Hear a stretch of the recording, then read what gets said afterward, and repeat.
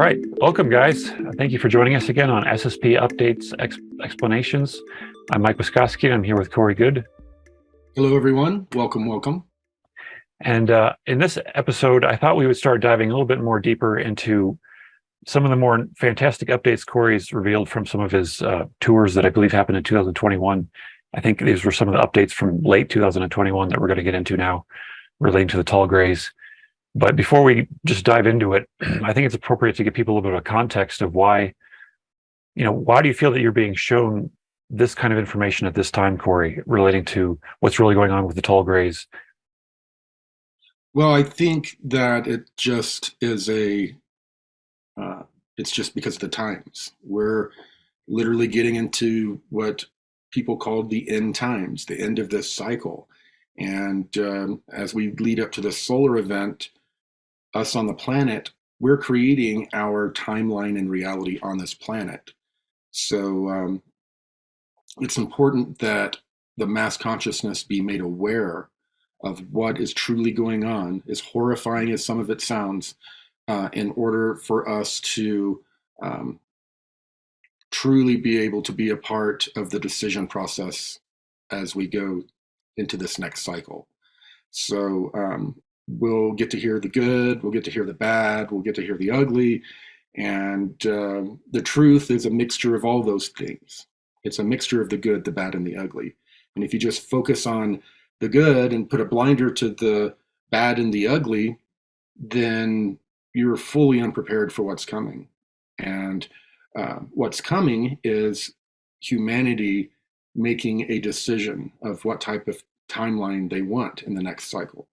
And a lot of people are worried that we are veering away from the Anshar timeline and into maybe doing another negative cycle, and that is up to us on the surface of the planet. Everything else is being fought within the galaxy on a physical and energetic basis. And things are coming to a head in our overall solar system to where, we're going to have warfare and stuff, that I outlined previously going on in our own solar system.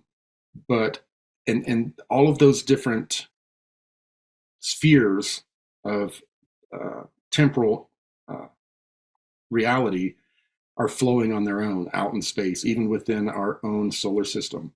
On the surface of the planet, we are controlling that temporal reality, our mass consciousness, the choices we make. And right now, the information is coming, more and more information is coming out in order for the mass consciousness to be able to make a good decision. But the deceivers, the deceptive beings, the Luciferian, whatever you want to label them, types of beings, are using this time to fill us with misinformation, doubt, and also false truths that make us feel good. So as a mass consciousness, we have a lot to overcome. We have to overcome all of our BS from the past and the cycles that we've been doing. We have to process this information coming in and learn as a mass consciousness to discern what is disinformation, what is deceptive ploys by the negative ETs, and what is actual good information. So that's why there's such a big battle over the information right now. Yeah, it definitely seems like a giant spiritual warfare that people have been talking about for a long time in many different ways. The Law of One books talk about how nearly all positive groups, they specifically say it's positive groups who are being heavily offered temptations and very affected by temptations being offered by what they call the fourth density negative thought forms, which offer temptations towards the ego, towards self-aggrandizement, everything relating to that which would be identification with different organizations and belief systems and ways of doing things. So it seems as though that if people aren't aware that they're being deceived, that they're being messed with, even on just like a thought plane level, not just from people around them, but just their own minds, they have to be skeptical of whether or not they're being given temptations. It seems like the awareness that this is a very real reality that we have to be careful about seems to be part of the catalyst of us knowing that these entities are actually doing these things. Yeah, and we're just brainwashed also and locked into the norms of society, which is all programming and us being put in a box to where we use our co-creative abilities to create the reality that other beings, elites, all of the above want. So, you know, it's a tall order that humans have to free ourselves, our minds, and then ourselves ultimately. A lot of people say we can't do it, but we're going to have to. We're going to have to. And we can't do it. We can't fight a war without all of the information coming in. And, you know, it's a spiritual war, but it's also an intellectual war. We have all of this information coming in, and people try to feel their way through it. And that is a trap, trap, trap, trap, trap. I don't care. It's a trap. You have to balance it with your intellect, and you have to break things down and really think through and not feel when the information comes in. And I know a lot of people are very feeling people, but you're going to have to subdue that and use your intellect, because we have, just in the UFO community alone, we have dozens of people coming out with different stories.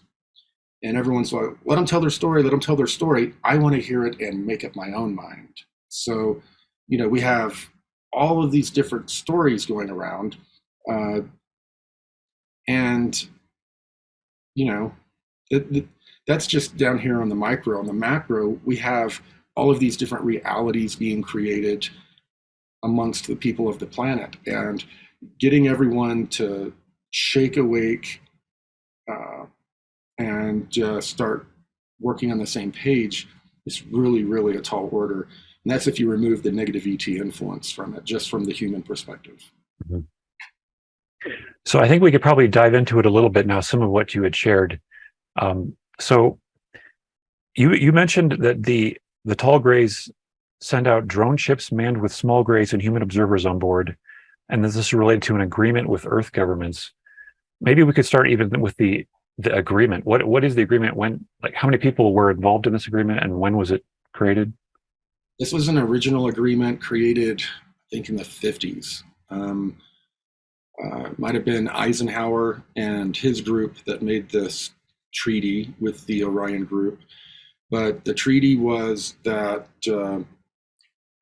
they would be allowed to continue their studies of humanity, which involved um, um, them being extracted from the earth, taken off Earth in some on some instances, and experimented on, and then they're supposed to be returned to Earth. Um, we signed this agreement with them because we really didn't have a choice, and they were offering us technology. So, you know, we fell for the trap. And um, quite honestly, we couldn't do anything about the ET groups that were coming and abducting people. So eventually, when we had developed the technology from friends and crash retrievals to be able to defend our own airspace, then we started being able to enforce that treaty. And when we started to enforce the treaty, uh, we negotiated that just ever so often when we had decided we needed to do a spot check, they would have a number of military personnel fly around with the in these ET drone ships with the alien gray automatons and observe the procedures that were going on. They started doing this because a lot of humans were not being returned. They had entire villages disappearing in South America and Africa. They tracked back to this. So, you know, the deal was basically they would provide us with technology and biological samples for our uh, military industrial complex to play with, and they would be allowed to uh, abduct humans and continue their uh, program. Mhm. And then they didn't really tell the truth or the whole truth about what that program was in the beginning. Um, the people of that time were still very conservative and Christian. God and country and all of that. And if these beings came in and told them that they were abducting people's not only physical bodies, but they were abducting people astrally and playing with the spiritual aspects of them, I don't know if the deal would have gone through. But the military back then were only aware of the physical abductions and genetic studies that were going on. Mm-hmm. So the human observers that go along on these ships, and I've even met people who say they've had abduction experiences. They saw a human on board alongside the gray. So what are the humans doing there? Observing, just observing. And is this for the benefit of some organization that they're a part of? Well, it's a part of the treaty that was negotiated that they are allowed to observe to see the techniques that are being used, if the humans are going through pain, mental anguish, all of the things, and being returned. All of the So things. this kind of keeps accountability. Yeah, kind of. Mm-hmm. Kind of. It was more. I think the military used it more as a way to gather intel about the Greys. I see.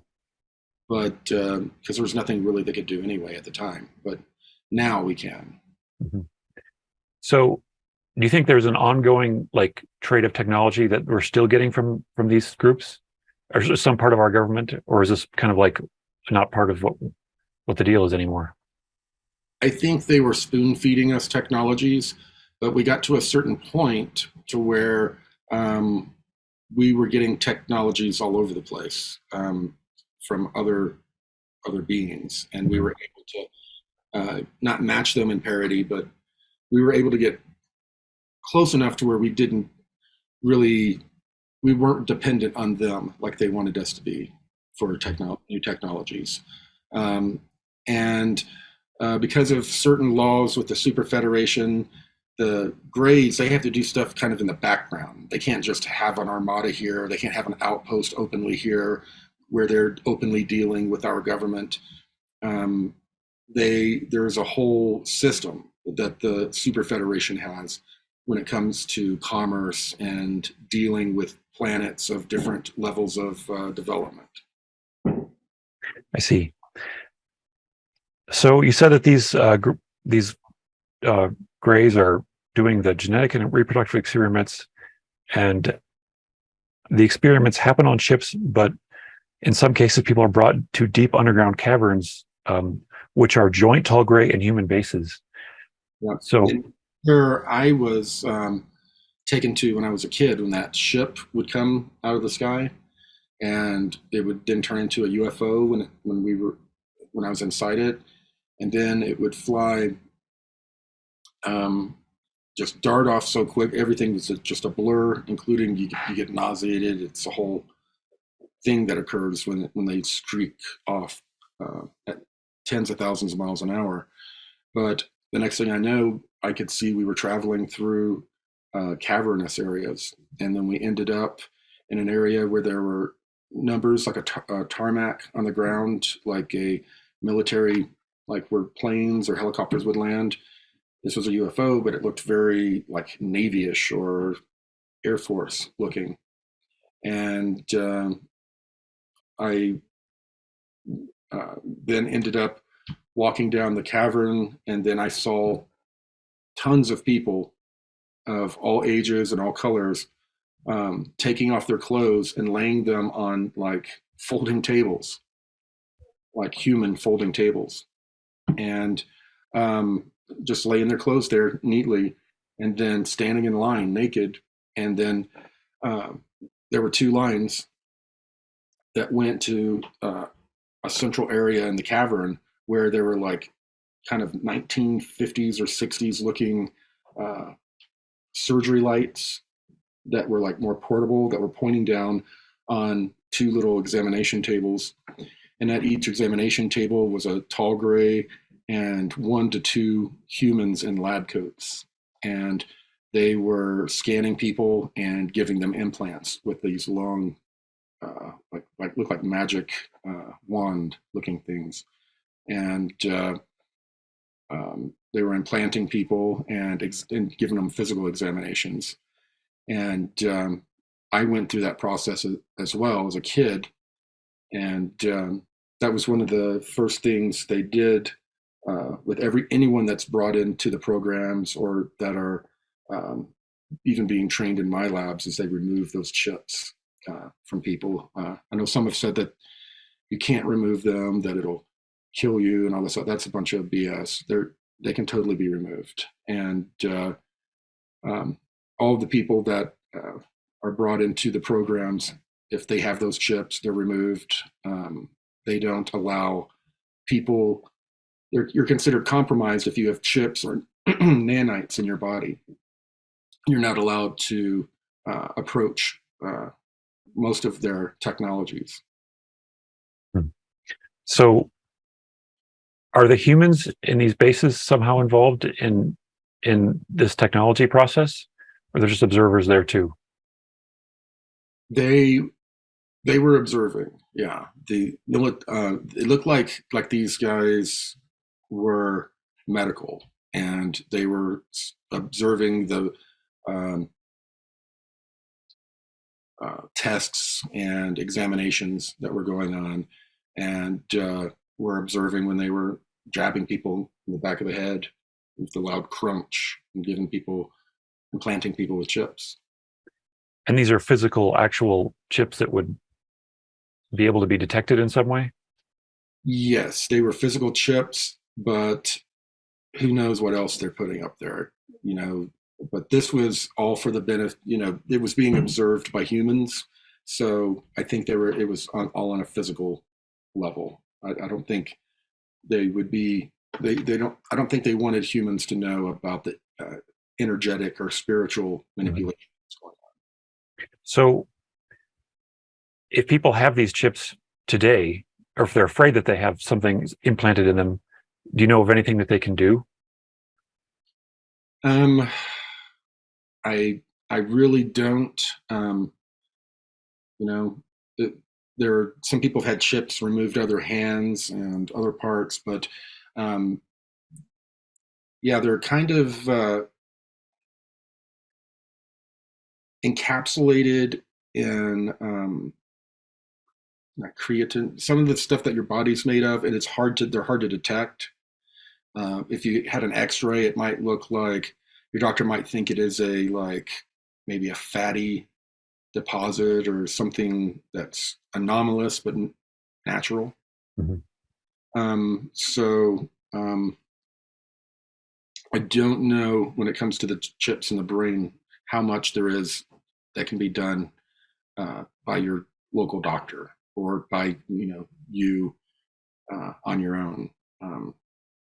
The energetic implants is different. They're more like entity attachments.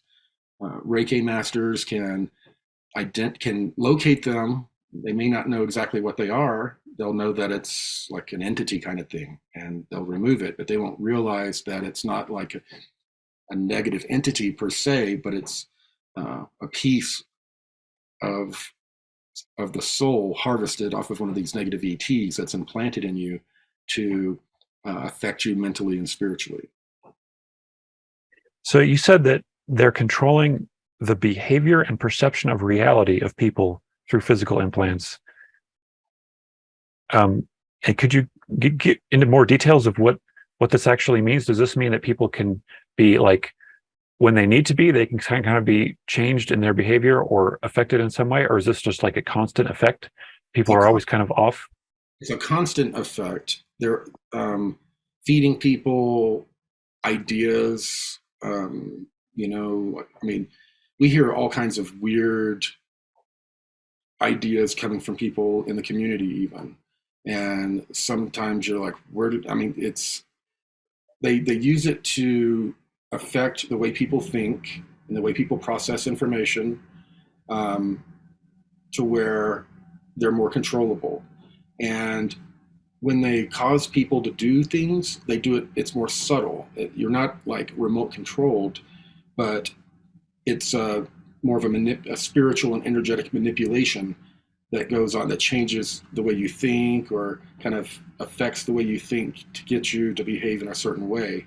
And they know humans so well. So it's a little more subtle. It's not, they're not up there playing this like a video game, although a lot of what they do kind of does sound like a video game, to be honest. I mean, they're up there in this dimensional pocket that's kind of out of phase with our reality.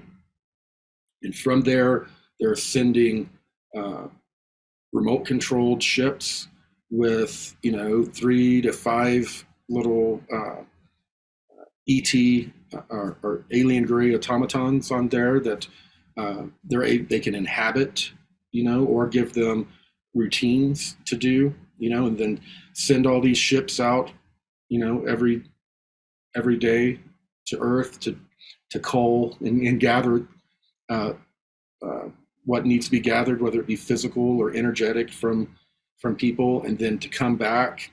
I mean, it sounds like maybe, I don't know. It's something that has been orchestrated for a long time, and the Orion group is very good at. They've done it on many different planets, and they've got a very good foothold on our planet with this overall plan of theirs. And the reptilians and the tall grays are feeding off of us in different ways. Sometimes they're feeding off of us, off of loosh, off of this energy, soul energy. They even harvest that energy for like a power source, like Monsters Inc. in some cases. And we've talked about you know and the reptilians consume us physically as well. And later on we'll talk about how there are similarities with the tall grays, and how they use us for sustenance as well. So when they harvest loosh, is this something that is in any way related to the implants, or is this something that just happens on a strictly energetic level? And do they have to have a ship to do this, or does this just happen automatically on some other level? Well, you have to think of the energetic body as the radio kind of broadcasting loosh. We receive loosh from each other as well. So you kind of broadcast and receive this emotional energy from a combination of the energetic body and the physical body's way it works together. It creates hormones and creates certain things that release in a dance, in a combination that release this loosh energy. But they work on the radio is kind of the light body and the physical body. It's sending, receiving. It's the machine, so to speak, and that is what they manipulate. So they're manipulating that from some kind of astral dimension and not, like I said, it would always be some kind of internal, non-physical dimension that they're doing this. But when the tall grays are kind of playing their video game and trying to look for whatever they need, is this a part of what they're doing, is trying to draw out more loosh? They're not so dependent on loosh as the reptilians are. That's the reptilians' main goal, is to get loosh from us. The main goal of the alien tall grays is that they're harvesting souls and manipulating and controlling this, what they see as their empire, part of their empire, the Earth. And the ICC is just a little piece of their empire according to them. And they are all about controlling everything on every level. And they're controlling and exploiting us, our planet and our solar system, physically, spiritually, energetically, in all these. They're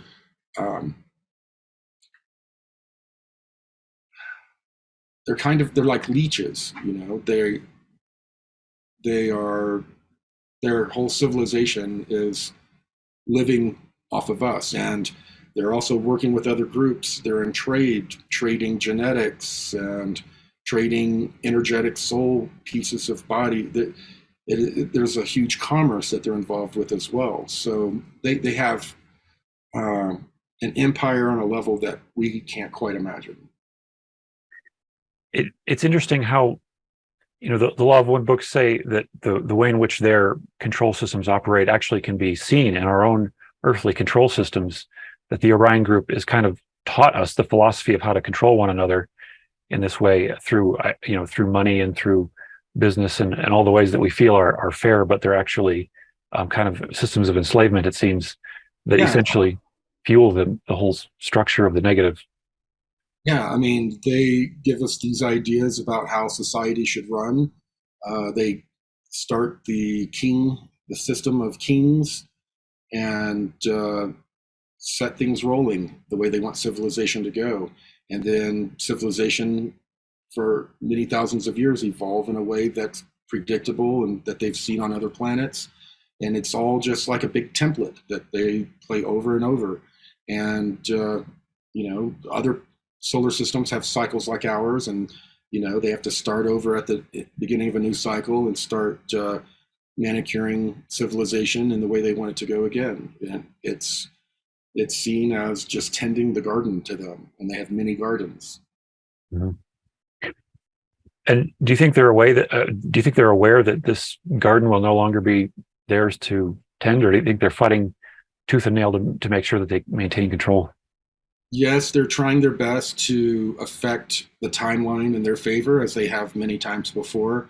But at the end of every cycle, there comes a time to where the energetics of the galaxy, or of the solar system and whatever part of the galaxy we're in, change, and they know that they've got to kind of hopscotch to another planet for a little while and focus on that planet for a little while.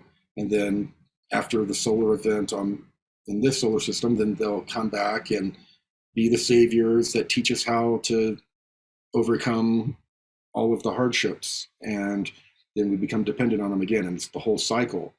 And the entire galaxy, all of the star systems go through this stage where they have energetic releases.